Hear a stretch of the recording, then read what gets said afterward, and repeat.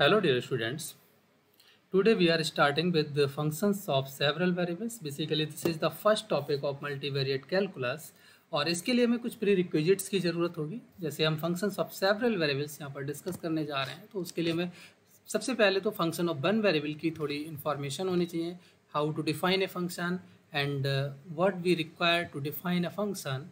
तो ये सब बेसिक चीज़ें हमें यहाँ पर पता होना चाहिए। सबसे पहले हम कुछ प्री रिक्विजिट लेके और फंक्शन ऑफ सेवरल वेरिएबल की डेफिनेशन और इसके बाद उनकी रेंज एंड डोमेन्स को डिस्कस करते हैं केवल आज। ठीक है, इसके बाद जो सब्सिक्वेंट्स हमारे पास ग्राफ्स बनाने के जो प्रोसीजर्स हैं या फिर फर्दर उनकी लिमिट्स हैं, कॉन्टिन्यूटी, डिफरेंशियबिलिटी एंड फर्दर जो एप्लीकेशंस हैं उनको हम सब्सिक्वेंट वीडियोज में डिस्कस करेंगे। तो आज सबसे पहले हम इसके प्री रिक्विजिट के साथ साथ फंक्शन को कैसे डिफाइन करते हैं सेवरल वेरिएबल्स के लिए वो यहाँ पर देखने की कोशिश कर रहे हैं। तो सबसे पहले तो हम एक वर्ड इंट्रोड्यूस करते हैं फंक्शन। फंक्शन में हमारे पास कैसे डिफाइन किया जाता है, मैं इसको बहुत ज़्यादा डिटेल्स में नहीं दे रहा हूँ।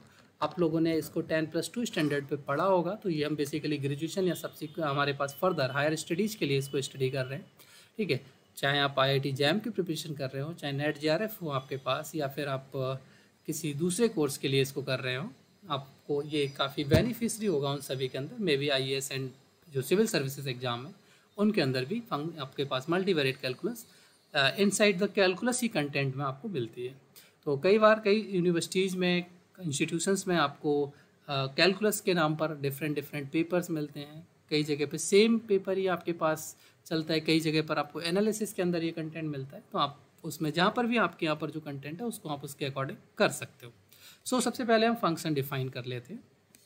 तो फंक्शन होता क्या है भाई, कि बेसिकली हम एक यहाँ पर कुछ डिफाइन करने की कोशिश कर रहे हैं। तो फंक्शन बेसिकली आपके पास क्या है कि कुछ एक पर्टिकुलर इन्फॉर्मेशन को किसी अनदर गिवन इन्फॉर्मेशन के साथ कनेक्ट करने के प्रोसेस को हम फंक्शन कहते हैं।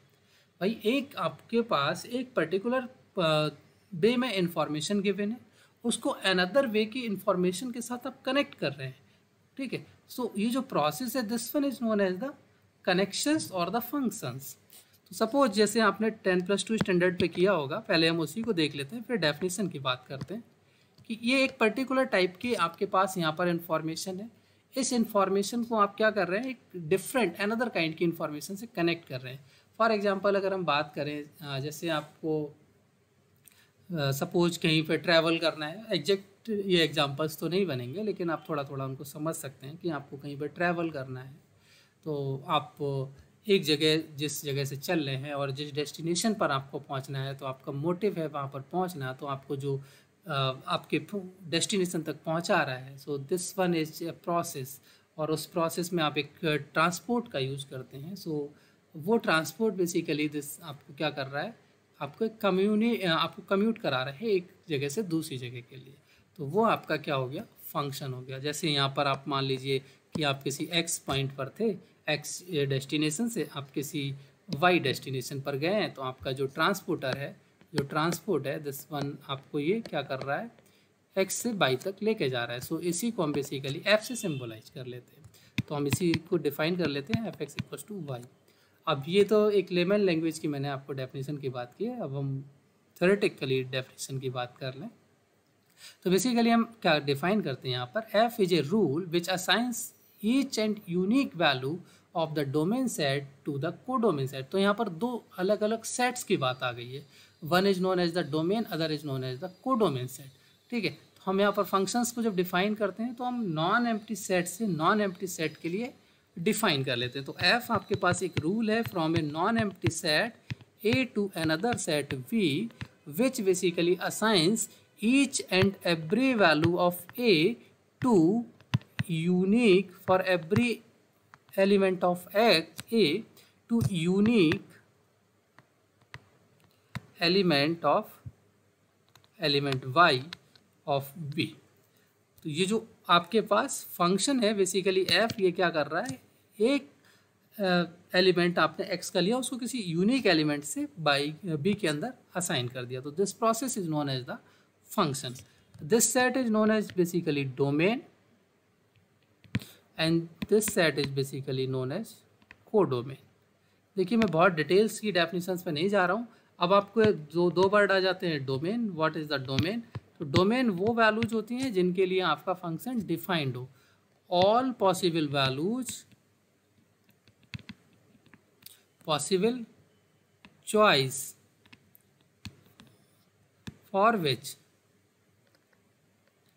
F H defined. डिफाइंड का मतलब हम मैथमेटिकल सेंस में कह सकते हैं कि हमारे पास उसमें एक फाइनाइट वैल्यू एग्जिस्ट करनी चाहिए, ठीक है। जस्ट लाइक आपने जैसे F x equal to 1/x लिया और यहाँ पर x इक्व टू 0 अगर आपने दिया, then this one not defined. भाई 0 जैसे आप देखेंगे it is not defined at x equal to 0, but आप यहाँ से क्या कर लीजिए, 0 को हटा दीजिए, आप यहाँ से 0 को एक्सक्लूड करा दीजिए, then this function is defined. इस तरह से हम वो सारी वैल्यूज जितनी भी जिसके लिए भी x डिफाइंड होता है उसको क्या कह देते हैं, डोमेन। तो इसी के ईच एंड एवरी एलिमेंट को आप b के यूनिक एलिमेंट से कनेक्ट करते हैं। जैसे इस फंक्शन के लिए हम डोमेन की बात करें तो whole of the real number minus the 0 element, क्योंकि हर एक रियल नंबर यहाँ पर आप देंगे तो ये इसको एक्सेप्ट करेगा और वहाँ पर डिफाइंड हो रहा है। इसके बाद आपके पास आ जाता है रेंज। अब रेंज क्या है, जितने भी जो डोमेन एलिमेंट्स हैं वो जो इमेज रख रहे हैं, this image is basically known as the range. तो यहाँ पर रेंज आप डिफाइन कर सकते हैं, collection of all images of elements of A, of elements of A is called या is known as range of F. For example अगर हम एक एग्जाम्पल लेके चलें, हमने एफ एक्स को ले लिया है से एक्स स्क्वायर, तो यहाँ पर सबसे पहले व्हाट इज़ द डोमेन, आप क्या क्या यहाँ पर डोमेन कंसिडर कर सकते हैं। Whole of the real number can be considered as the domain, and what is the range, इसमें पॉसिबल रेंज क्या हो सकती है। तो यहाँ पर आपने जो भी रियल नंबर दिया वो क्या कर रहा है, केवल पॉजिटिव में इसको कन्वर्ट करता चला जा रहा है। स्क्वायर लगा है, स्क्वायर नेगेटिव को पॉजिटिव में बनाता चला जाए।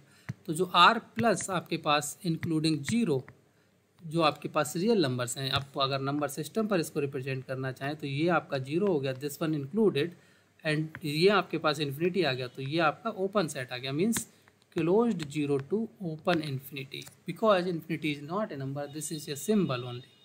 तो उसको हम सिर्फ लार्ज नंबर्स के लिए सिम्बोलाइज कर लेते हैं। तो ये हमारे पास वन वेरिएबल का फंक्शन डिफाइन करते थे, उसकी रेंज डिफाइन कर ली है, डोमेन डिफाइन कर लिया है। Like that the one variable function we also define the function of two variables. तो अभी हम यहाँ पर सेवरल में फंक्शन ऑफ टू वेरिएबल्स की बात कर रहे हैं। Function of two variables,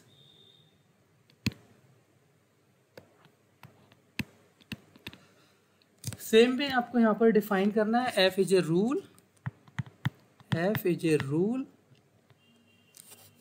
that assigns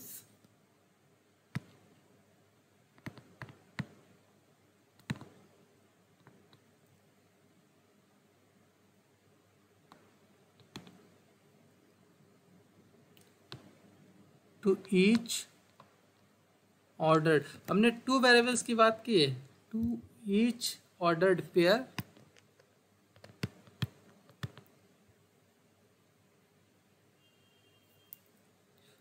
in D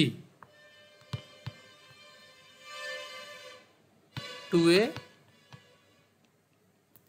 unique number fxy। Okay, अब D आपके पास क्या हो गया, डोमेन हो गया, fxy क्या हो गया, रेंज एलिमेंट हो गया आपका, ठीक।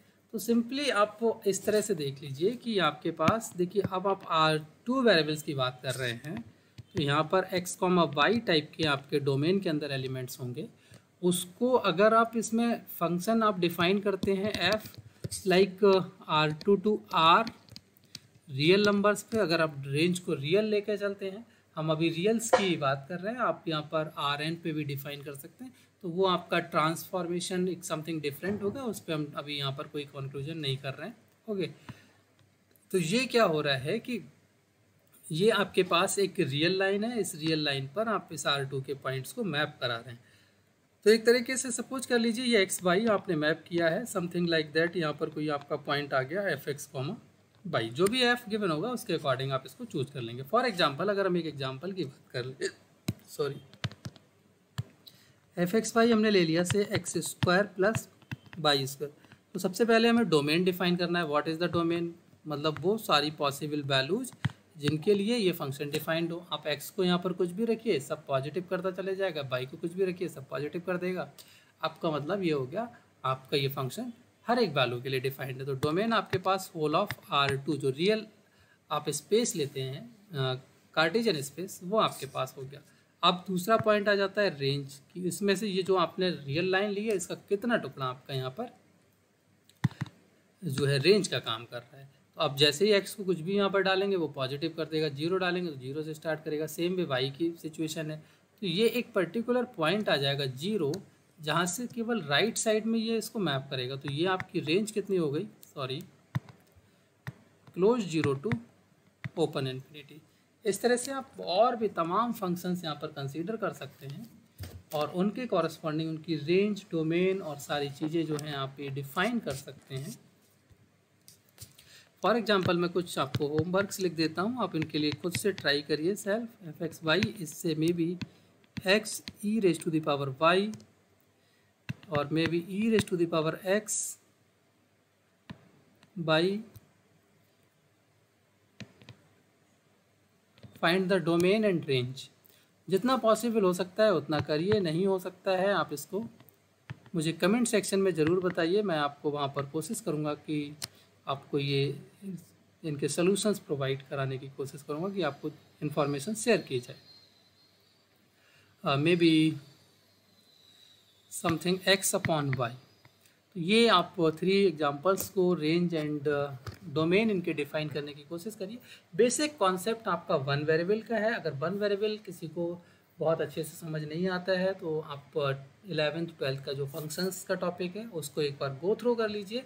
हम इसको बहुत ही स्लोली लेके यहाँ पर चलेंगे और जितना भी कंटेंट हमारे पास मल्टीवेरिएट में स्पेशली हम फोकस करेंगे application of function of two variables, then the integrations, ये इस टाइप का कंटेंट है उसको हम कंप्लीट करेंगे। और बेसिकली जो हमारे पास सिलेबस होते हैं Indian universities as well civil services NET जा रहा है उसको टारगेट करके यहाँ पर चलेंगे कि जिससे हमारा कंटेंट यहाँ पर कवर हो सके मैक्सिमम एग्जाम्स का। ओके, सो आप जो लोग हमारे चैनल पर अगर अभी नए आ रहे हैं तो वो प्लीज़ चैनल को सब्सक्राइब कर लें, जिससे कि आपको जितनी भी वीडियोज़ आपके पास फर्दर वीडियोज़ आएँ, एसोसिएट वीडियोज़ आएँ, वो आपको ईजिली एसेसिबल हो जाएँ। एंड वीडियोज़ को आपके कोई मिस ना हो उसके लिए आप बेल आइकॉन को प्रेस कर लें, जिससे कि आपको लेटेस्ट वीडियोज़ के अपडेट्स कंटिन्यू नोटिफिकेशंस मिलते रहें और आप उनको टाइमली सॉल्व करते रहें। ओके, टाइमली आप वॉच करेंगे तो आपका जो कंटेंट है वो जल्दी कवर हो जाएगा। और आई होप हम इसको बहुत जल्दी विद इन 2 और 2.5 मंथ में इस पूरे टॉपिक को कवर कर लेंगे। स्लोली आराम से चलेंगे, काफ़ी कुछ इतने टाइम पीरियड में हो जाएगा। So thank you for the watching.